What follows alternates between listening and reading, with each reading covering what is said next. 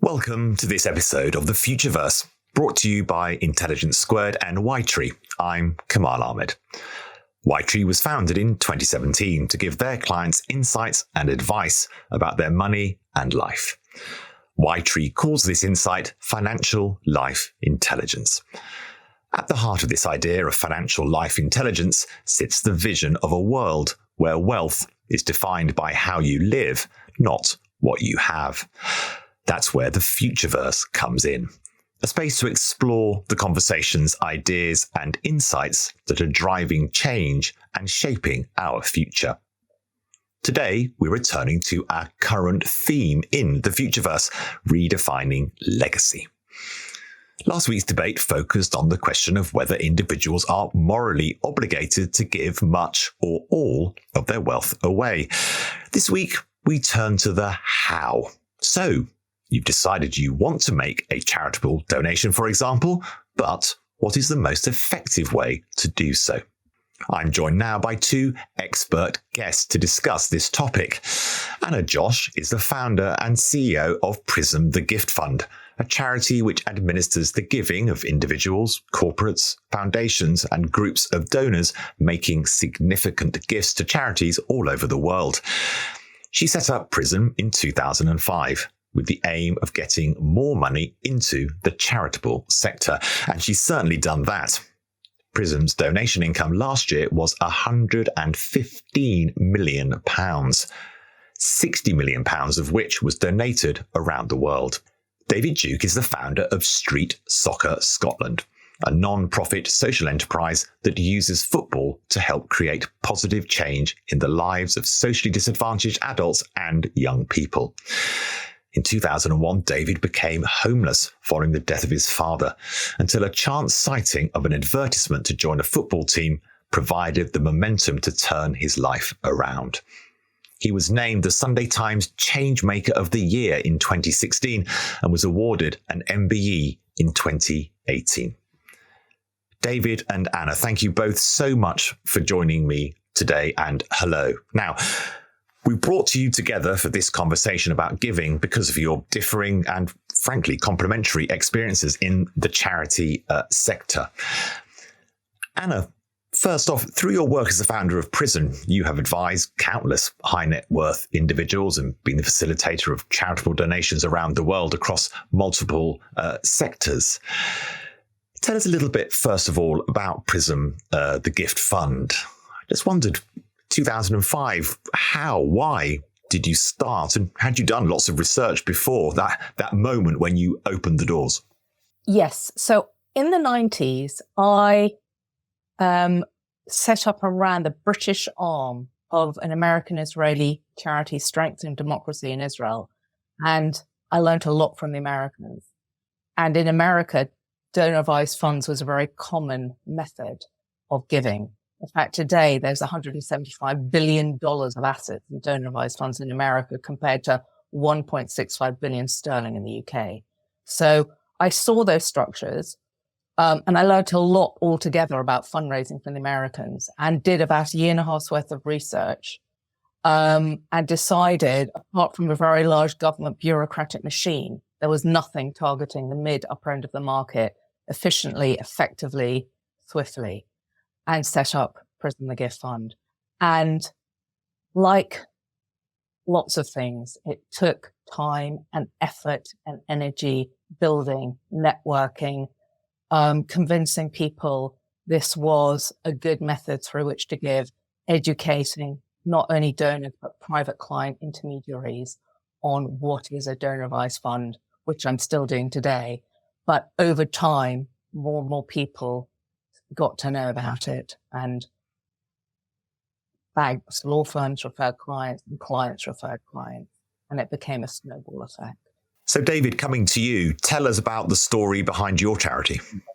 Yeah, well, as kind of mentioned earlier, Kamal, I experienced homelessness as a young person, and football was the kind of rope that pulled me out of a dark hole, being part of a team, finding some purpose and some structure in a support network, which led to a few years later deciding, having worked in the charities, so kind of moved out of homelessness, trained as a kind of community worker, worked with various kind of homelessness agencies and services, and continued my own football coaching journey. I just kind of decided in 2009 that we would create street soccer to allow people the same opportunity which I had, which was to be, again, part of a team. You know, we work with a lot of people who are isolated and cut off from society due to things like homelessness and mental health, addiction and so on.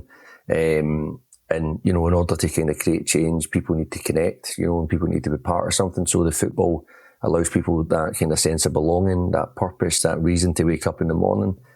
And then once they're involved, relationships are built, trust is built between the coaches and support staff and the players.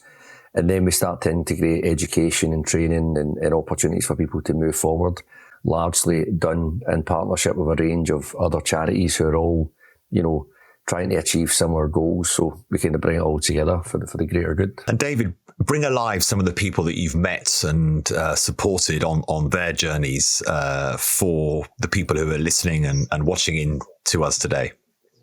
Yeah, I mean, you know, we meet so many inspiring people every day, you know, and just seeing the courage and the strength and, you know, that kind of resilience that people have shown just to kind of remain, you know, to be here and to kind of get involved. Because, you know, I think sometimes people see homelessness or addiction or, you know, various things out there as, you know, it's like their own fault, you know, and it's like there's not a lot of kind of empathy, you know, with people because they see them at their worst day. But what people sometimes don't see is, you know, the journey that they've been on.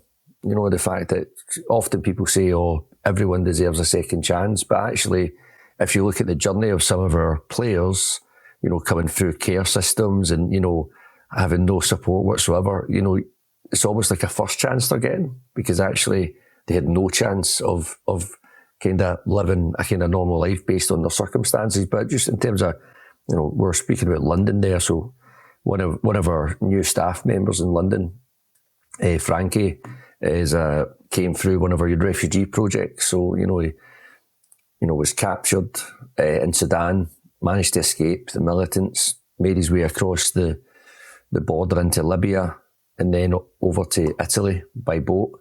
You know, very dangerous situation even in the refugee camps in Italy. And, you know, he was at risk every day just trying to be fed and managed to escape there and flew down into the jungle in Cali, and then by boat arrived into the UK, you know, at every stage, young guy, you know, talented young man, but just because of cultural differences and, you know, things we don't even know about in today's press, you know, he's had to escape and he came to the UK, arrived in London, and he always knew that if he could, what he said was he knew if he found football, then he would find a community.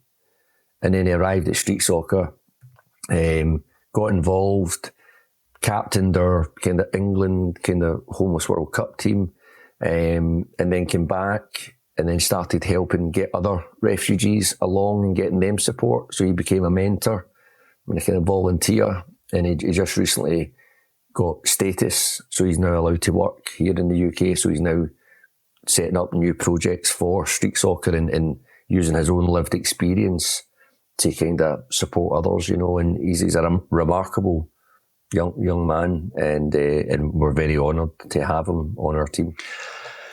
It's that kind of amazing story, isn't it, Anna, that shows what can be done with the right approach to funding and support. You gave us that incredibly stark figure about funding via legacy, etc., of charities in the UK compared with the levels of funding that could be available or are available to charitable sectors in the US. What's the issue here, Anna, for the UK? Many would say what you've revealed is, frankly, not enough money goes into the charitable sector. So there are a number of issues going on. Firstly, tax. So in America, it's a much simpler charitable tax break compared to the UK. I mean, the UK have good tax breaks, but they're complex. There's almost £750 million every year unclaimed in gift aid. higher rate taxpayers often don't do it. Smaller charities don't have the ability to claim. So we've got tax going on. And then there's this sort of psychology. When you go to an American university, you're pretty much tapped for money. By the time you're a graduate, you're an alumni. So it took my university 20 to 30 years to contact me to ask for some kind of donation. So we're not proactive. We're not as open.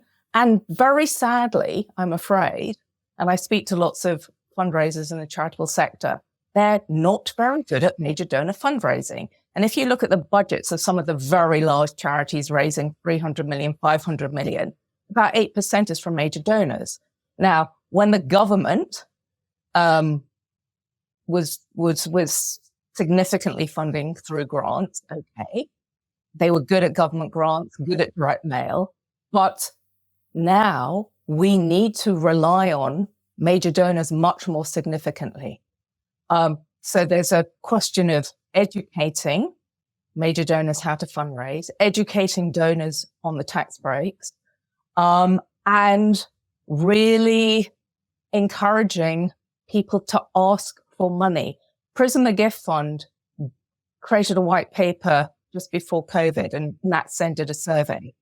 And one of the startling results was everyone loved donations and hated donors. So that's another psychology going on here in the United Kingdom. David, do you find that there's a sort of British embarrassment about fundraising and almost, and I think this is what YTREE are really exploring, almost this idea that somehow, as you say, Anna, the fundraising bit is sort of somehow unpleasant and not to be spoken about? I mean, in my experience, I think I totally agree, Anna. I think, the kind of major gift donors and stuff like that like major donors, it's really hard. For me as a charity founder, a lot of our income is kind of traditionally, grants and trusts, your kind of lottery funds and stuff like that. And quite a lot of our kind of smaller scale fundraising around gala dinner events and, traditional, or maybe corporate sponsorship, because we've got a sports element, we kind of find a nice balance between kind of CSR and brand awareness, because we're quite visible. We've got, 70 odd projects scattered across Scotland, for example. But I think that it's my experience of working with, major donors is, it's about building a relationship, so I've always just I'm terrible at asking, Anna. And I think it's because I'm the founder. I feel like I'm asking for myself because I'm the founder. But, no, but that's the thing, David. Often a donor will say, they never asked me. You're not asking for you. You're asking for your brilliant charity. Yeah. And we now get a head of fundraising in place, and Heather's very good at the ask. So I kind of ask like the team to kind of work on that side of it, and my job's maybe just to kind of influence and just storytell, kind of share a vision. But I think, it's also about how you get to people as well, because a lot of, there's kind of levels that people operate in, and it's about having your network. I'm very fortunate. I mean, in Scotland, for example, I've got great relationships with some of the major donors here and some of the kind of leading entrepreneurs and stuff like that. And that's a relationship which is kind of just built on trust and building a relationship to the point where sometimes they come to us and say, look, we'd like to support, we've seen what you do, we'd like to help you to scale that. Because also, sometimes major donors, because, a lot of their wealth has been created from an entrepreneurial kind of background, they kind of then take that into their philanthropy and see how they can, invest in a part of your organisation which allows it to unlock X, Y, Z. But some of the information that you'd said there, and it resonated straight away, and I totally get that. And I can see why having an organisation like yourself involved to kind of support charities like us to kind of get to that level and to actually understand it as well. I mean, you mentioned Gift Aid as well. We're a lot bigger than we were 5 years ago, but for the first probably 9 years of the charity, we never claimed gifted because we never had the insight or the infrastructure to do so. But now that we've got a fundraising department and, things set up, we are now able to. So, for example, we had a gala event recently where there was a few kind of major donors who gifted on the night, and we were able to claim gifted on top of that. So, a £50,000 donation then becomes, a 62 or whatever the number is. It's money, it's sitting there. And you said there's 750 million of it unclaimed. And we have to unlock it because, I'm working in a sector just now. We do get government income as well. And, things like, particularly in Scotland, where you get the public service pay review, so they're having to find a massive hole of a couple hundred million. But where does that sit? Where did they take that from? And largely it comes back down to the third sector and the charity sector because there's less money there. So, and, arguably, our guys are probably some of the most hardworking and underpaid staff as well. So we're having to be really creative in terms of how we do that. And even on Monday, I was at a Scottish Government event with kind of all the local authorities and stuff like that. And they're talking about how can we tackle child poverty if we're not getting any increase in budget? And one of the questions which was asked is, well, where does the private sector sit in this? Where does business and corporate play their part in kind of impacting on the community? And high net worth individuals as well. But Anna, yes, come back in. Anna, sorry. Yeah, no, look, it's you need to educate society to have a responsibility to give. And everyone has a responsibility to give, but some can give more. Now, in my view, that needs to begin at primary school in terms of education. And that also needs to change so that people don't just think whatever they regard as the very rich are responsible. No, we're all responsible. And then, how do you encourage people to begin that journey? By visiting projects like yourself as well. Sometimes each of our donors, it's a very, very different story. Very little aligns them, what's motivated them in the first place. And it could be health, it could be personal, but often it's seeing something. And what I always say also to a donor is you will always gain more than you give. So it will open your life. It will make it so much more interesting by engaging with whatever project it is. But it's a journey. And I also say to fundraisers, they say, well, how do I do it? Can you almost can I wave a magic wand and the money will come falling down? Well, I'm sure, as you know, David, it's hard graft and it takes many years to build those networks and relationships and persuasion. And people give to people. That's the other thing. So, people will be giving to you, Dave, because you persuaded them that what you've created is really effective and meaningful. So just kind of, Anna said it's about people and it's about those relationships, because actually, for me, it's not about, it's almost like sharing a vision of better in terms of, look, this is what our organisation's doing. This is how it's helped change people's lives. This is how it helps the community. And it's about getting the donor to buy into that, that vision for better. Anna, let's go through the practicalities and how Prism helps people on this journey. You've touched briefly on the tax system.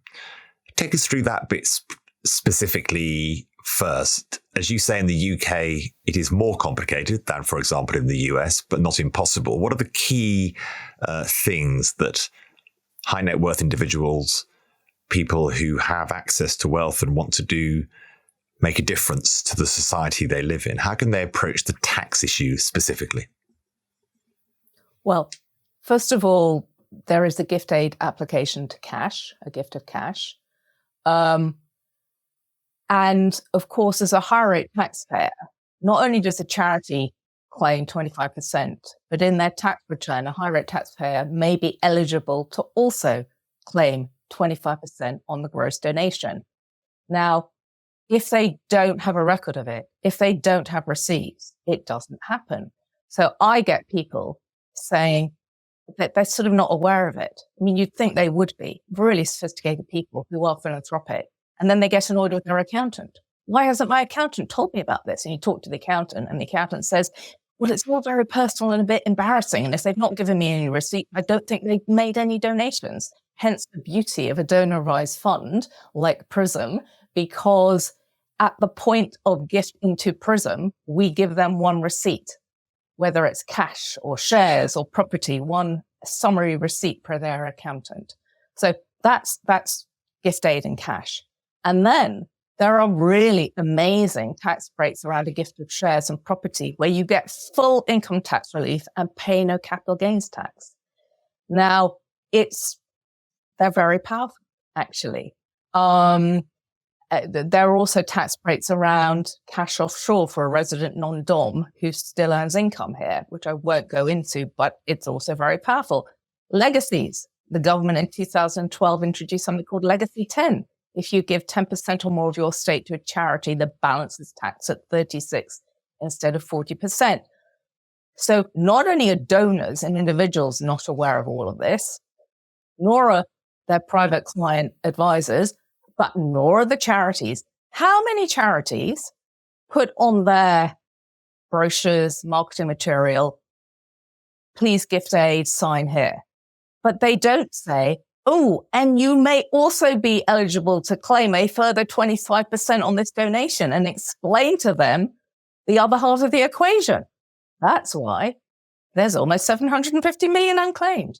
So tax, very, very, it is a motivation. It is an incentive. And by the way, again, I'm trying to remember which year it was where the government put a ceiling on gift aid to something like 50,000. Then there was a total uproar. All the news got misunderstood it all, basically said, well, all these wealthy people, it's either tax evasion or they're just getting a tax break and they shouldn't. The reality is, when you give £10,000 to a charity, you're giving £10,000 to a charity. You could go on holiday, buy a car with it, but you've chosen to give it away. And yes, there is a tax incentive on top. So total misunderstanding around all of that. What the beauty of a donor advised fund, it's an enabler. It's trying to simplify giving, encourage giving, and take away the worry, the burdensome, the compliance, the governance, and educate in the background. Unfortunately, we have a charity commission today that is, quite frankly, I'm not sure it's fit for purpose. I mean, obviously it doesn't have enough funding itself, but actually it doesn't offer guidance. So it's terrified the charitable sector.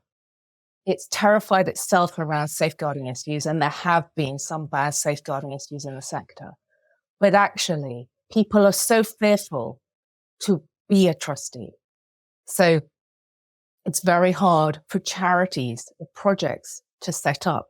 It takes a commission sometimes 12 to 15 months to give someone charitable status.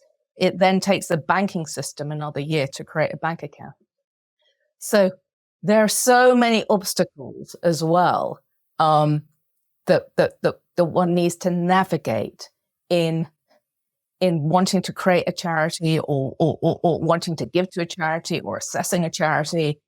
And that, I can talk further about why vehicles and strategists are essential in the sector today to just assist all of this. You've touched on tax, donor advice fund that Prism operates. Can you map in the collective fund as well? Is that a different part of your model? How does the collective fund Yes. approach support donation? Thank you. That's a really helpful question.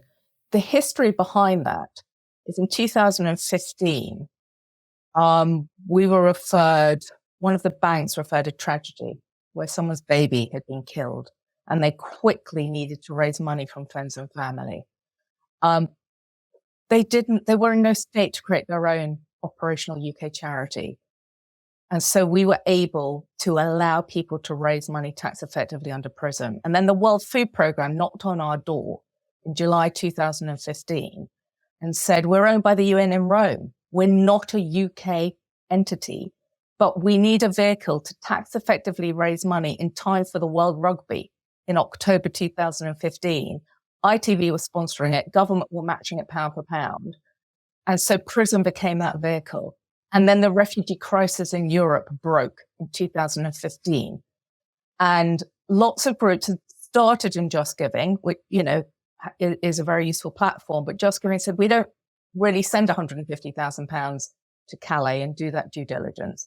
And they found their way to Prism. And what we've learned over that period is what we can do, what is a very robust application process for a collective fund to come into Prism. So you may have heard of Choose Love, Help Refugees, the biggest refugee group in Europe. They have a shop in Soho in London, a shop in Soho, Manhattan, and they operate under Prism. They are not their own charity. So they do all the work, the fundraising, decide who they gift to, which partners they have. They could respond very quickly to Ukraine, but we are their vehicle to allow funds to be collected tax effectively. We do the overarching due diligence, compliance, governance on everything going out. Sometimes it also is very swift and immediate. In COVID, when COVID hit, because again of the length of time it would take a group to create their own charity, we had, as an example, an amazing chef called Leon Arts who created Kitchens with Compassion, operated out of Wembley Stadium, out of the kitchens when Wembley was closed, and made, I believe, 625,000 meals for the NHS and vulnerable in that first year, operating under Prism. So we'd get a phone call saying, we're delivering tons of tomatoes to your office in town. And I'd say, no, you're not. You're delivering the tomatoes to Wembley and we'll pay the invoice.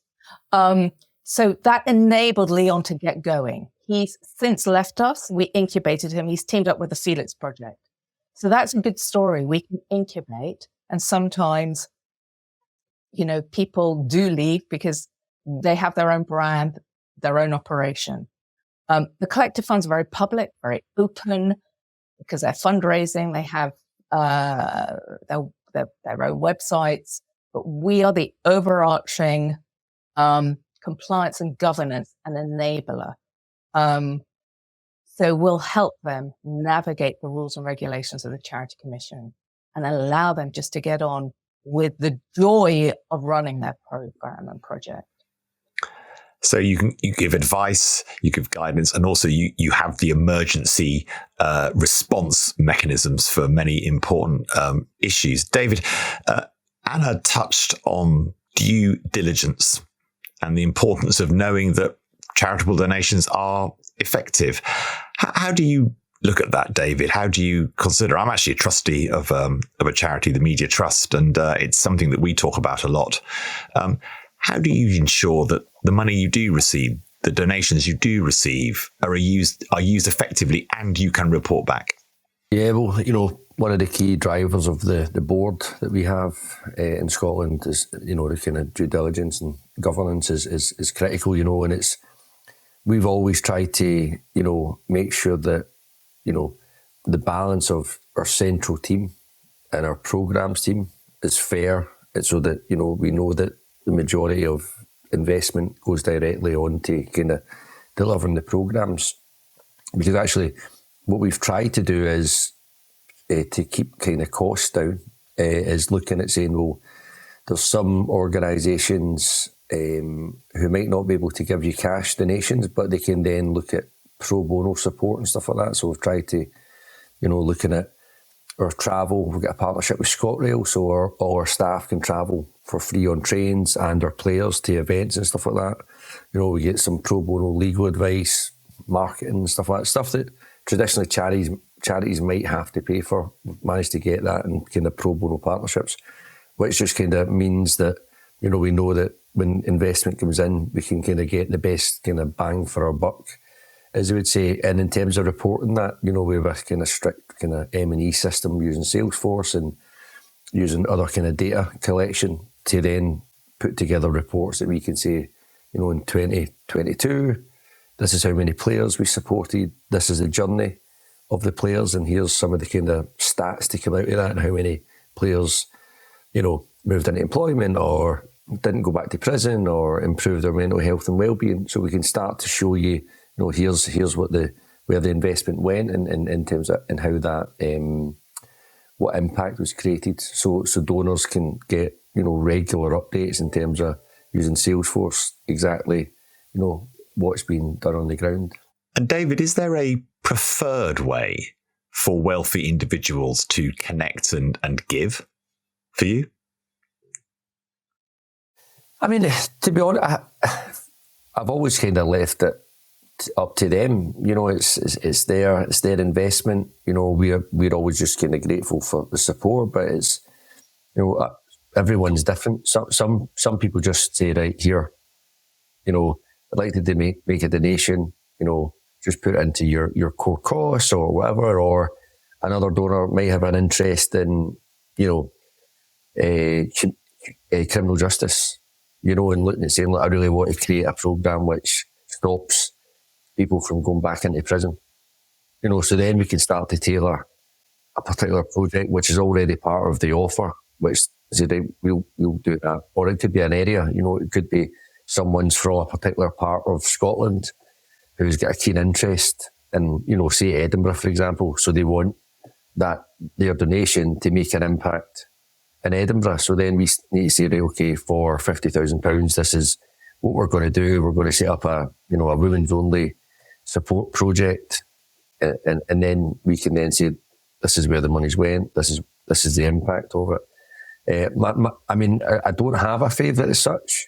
You know, and as Anna knows, you know, it's very tight out there, so you're always kind of having to manage things to make things work. But I think for me, it's always about, it's important that we've got a relationship with the family or the person who's doing that, so that we can, you know, bring them closer to it.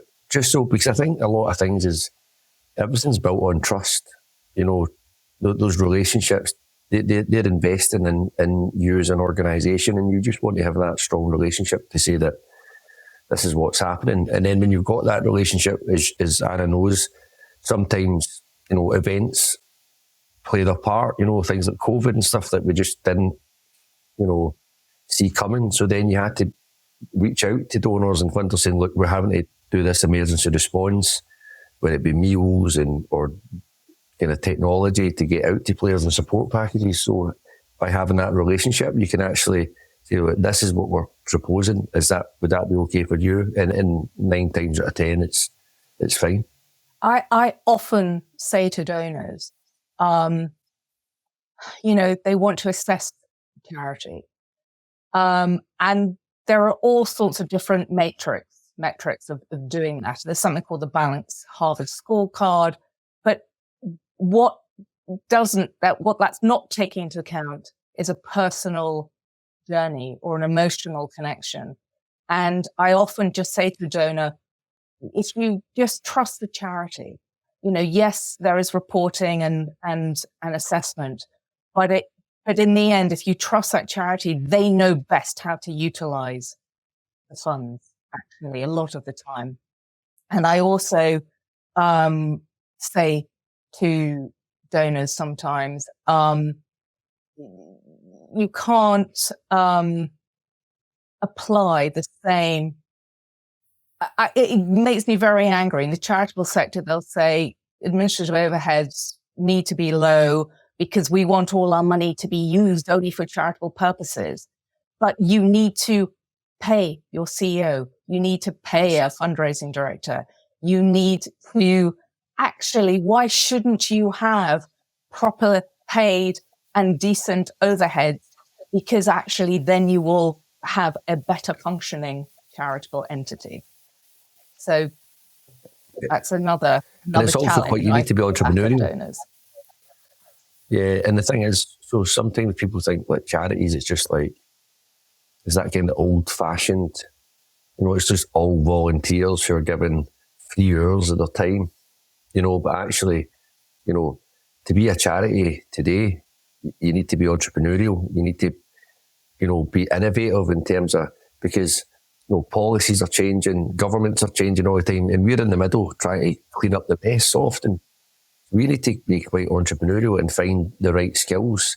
You know, like, you know, when we're talking about giving, away from me, one of my favourite types of giving is when people give me their time. So when I start to create the board of trustees and committees for street soccer, I'm trying to get the best skill sets that I can't afford. You know, whether it be general counsels from banks and, you know, people in really high positions, get them in to help drive the strategic direction of the organisation. Because I've always did that, because I can't afford to hire them, but I can get them on my board and get them working for me, you know. And I think, you know, sometimes you need to invest in the central cost to actually get a kind of a gain a couple of years down the line, where it'd be investing in the fundraising teams, and, you know, because if you don't do that, then you can't create change. But it's very aware of the time, you two, this has been a superb conversation. So thanks very much. So maybe we could just keep these final couple of questions just quite tight in terms of our answers. A couple for you, Anna. High net worth individual, family office approaches you. What are the first steps they take? And can you give us any examples of those first steps for somebody who doesn't know this territory well, but knows they want to make a difference? It really varies on the background of the individual. There are occasionally the ultimate underlying client of Prism that I don't meet because they have so many advisors. They're sort of so in the billionaire category. Generally, I insist I must meet the underlying donor, who really, I need to understand the motivation, and they need to understand Prism and the mechanism. And that always helps. Sometimes they continue to give whilst they earn tax, and they're creating an endowment within their donor advice fund and topping up every year. Other people, it could be an IPO that's motivated them, or an inheritance that suddenly motivated them. And some have, again, a very clear idea. It could be health, education, children. Others have not a clue. They know they need to park the money, and they need some help in beginning the journey. Now, we're not strategists, and we'll refer them to a strategist in the market to help begin that process. Our contracts also stipulate that within 3 years of opening an account at Prism, you need to make your first distribution out, because we have 250 million pounds of assets, but we're not here to collect assets. We're here to get money out into the sector. So we do need to motivate them. So it's also very important. We do a lot of lunch and learns with private banks, private law firms, to give them the skills, the knowledge, and the language to understand philanthropy, to understand the benefits of a donor advised fund, and to really encourage the process and understand the mechanism. And also, very importantly, is back to the beginning of the conversation about the responsibility to giving your lifetime. So I get questions around legacies a lot. I had one recently. Someone said, he's 70, wife is younger, wants to give 100 million on death to 6 charities very quickly. So I said, I think we could call that control beyond the grave. Let's give them another 30 years. Who knows what state the charities will be in then? And if they are okay, can they absorb that kind of level of a donation in one go? Probably unlikely. We'd probably want proposals on grant agreements, and possibly a distribution over 3 to 5 years with reporting in between. So why doesn't he start in his lifetime? And by death, he'll have a very good idea of what he wants to support. So I don't always, we don't always persuade everyone to do the right thing. But it's always an education on many levels. And Anna, before I come to you, David, to tell us a bit about the future of street soccer Scotland, are things changing, Anna? The next generation of charitable givers, how are they changing the way they approach it? Or will you still be struggling with these issues in 10, 20 years' time? Some of their objectives are different. So the beauty of a collective fund at Prism, it often is a hybrid, sometimes with a donor advised fund and with the next generation. So a family may have a foundation, or indeed, there is no room for a trustee from a second, third, or fourth generation. So they create their own quasi foundation under Prism. It could be family and friends. They each put in money, and they may say, we care about racial justice, we care about the environment, or there is no clear objective within the main family foundation to tackle issues that we want to tackle. And we're going to do it on our own. And actually, through this mechanism, we can go out to the market, seek applications. We then administer a quasi-board meeting. We educate them in the process. And the whole objective can be changed every year. So it's a very flexible, again, entrepreneurial approach to giving. And the other thing is that if they're really not involved at all, it's again a mechanism to try and motivate them and make them think and take responsibility. So it's just a much more open method, I think, of giving. David, let's leave continuing the positive tone of Anna's answer about the next generation of people who want to be involved rather than not at all involved. I love that phrase, Anna. David, what next for Street Soccer Scotland? Just to carry on what we're doing, and when our strategy is always more players involved, more lives changed, and looking at really establishing ourselves more across London in terms of, more areas and more districts and more sessions across the kind of London programmes.